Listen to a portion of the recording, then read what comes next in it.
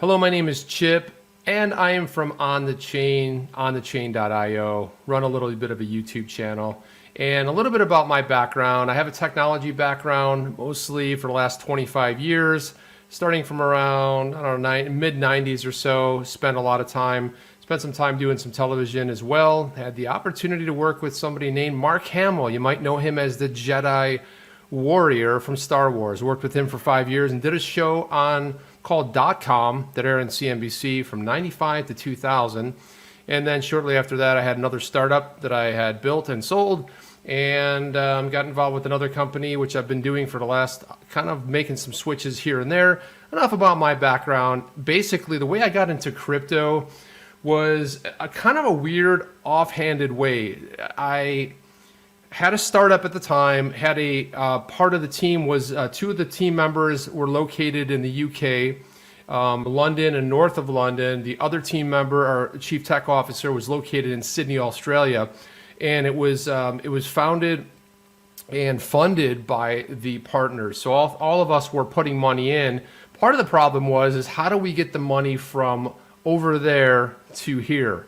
So that's where one of my co-founders, got me, it's I want to say like 2012, right around 2013, said, hey, Bitcoin, I'll just send you Bitcoin, because it was like to do a wire, to do a transfer, and we were always moving money back and forth. And I said, well, what do I have to do? And he said, well, it's a cryptocurrency. And remember, this is 2013.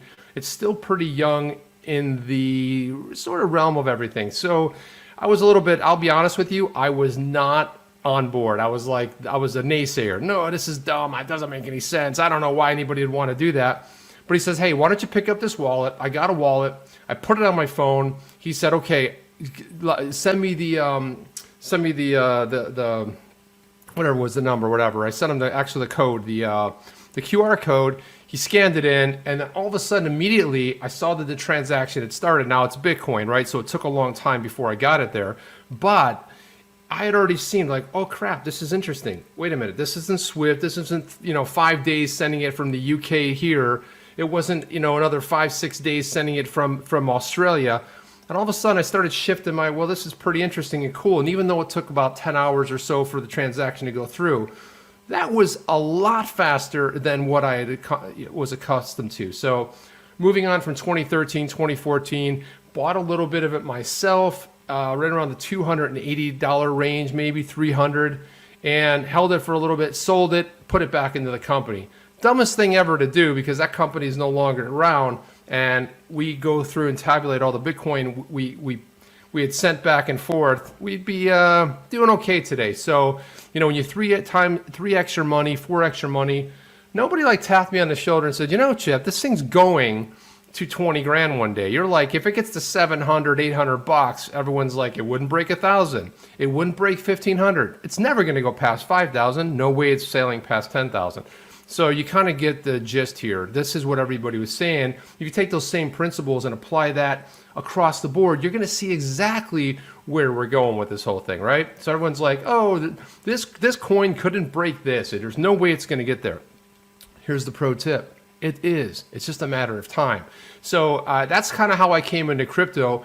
I moved that whole idea. I was a Bitcoin maxi, right?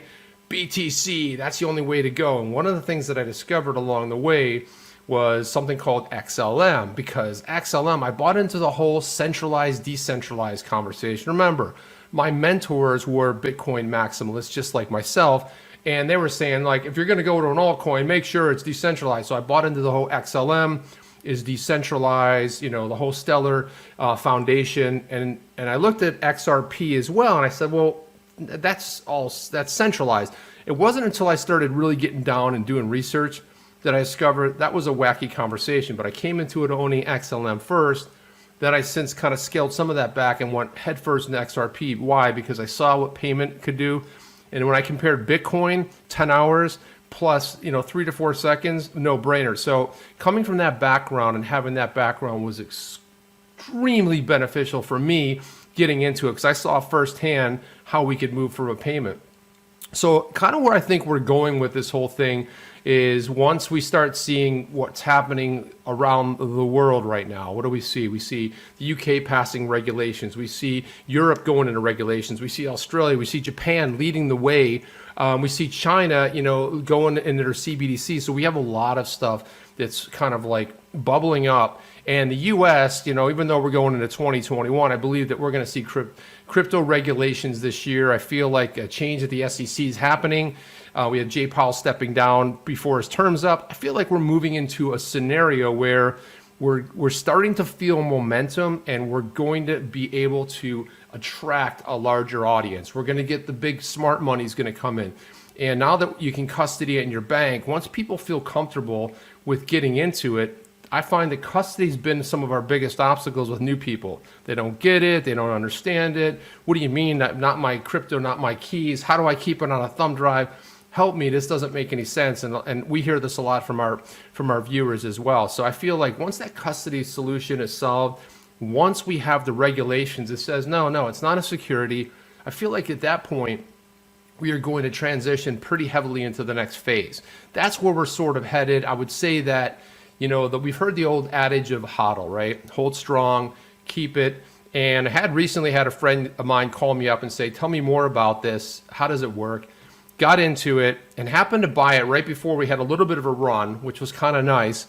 And this is somebody that said, I said, did you ever expect yourself to be involved with crypto? Would you have ever guessed that you would have been into it? He goes, not at all. It's a pleasant surprise. And this is someone that's been hearing about Bitcoin forever and a day, been hearing about, it out there, but really never connected with it, but started, not unlike a lot of us, where we've been in this for years and we've seen, we haven't always had that fun of the, the bull run. We've had the bear market and, buying and holding and watching it pull back. But this is somebody that got in, immediately started seeing some success. So I feel like if we all kind of come together and we look at why we got into it, and whatever you connected with, whether it was a use case scenario, whether it was a store of value with Bitcoin, right? I'm still a huge Bitcoin fan. I mean, thank God for Bitcoin. If it wasn't for Bitcoin, the altcoin market wouldn't exist, right? If it hadn't been for a white paper written by Satoshi Nakamoto, none of us would be around. So it spawned this amazing industry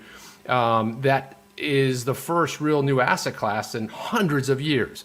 So we're all very fortunate. I say HODL strong, do your due diligence. Don't take it from YouTubers. What do we know anyway? I mean, we're just a bunch of people learning alongside with you. But you HODL strong, you figure out what it is you need to do, and what are you going to connect with? And that's it. I feel like that at the end of the day, you're going to reap the rewards. Like I told my buddy, look, I know you're going to make money, but here's what I can't tell you. I don't know when. Could be a month. Could be 3 months, but you're going to with a long-term hold. What do I say long-term? 3 to 5 years? But if you bought stocks and you have a 401k, you got into a 401k, and you go like, oh, you put the money into it and you forget about it. And what happens? Well, 15 years goes by, 20 years goes by. And people are worried about a year or 2 or 3 or 4 years in crypto and they're crying. That's not what this is about. Long term, if you're a trader and you're trying to make money on the spread, yeah, okay, that's a whole different thing. But if you're into this thing and you invested in it, you 2, 3, 4, 20 times your money, you're doing great. That's Chip. That's all I got, and I'm out of here.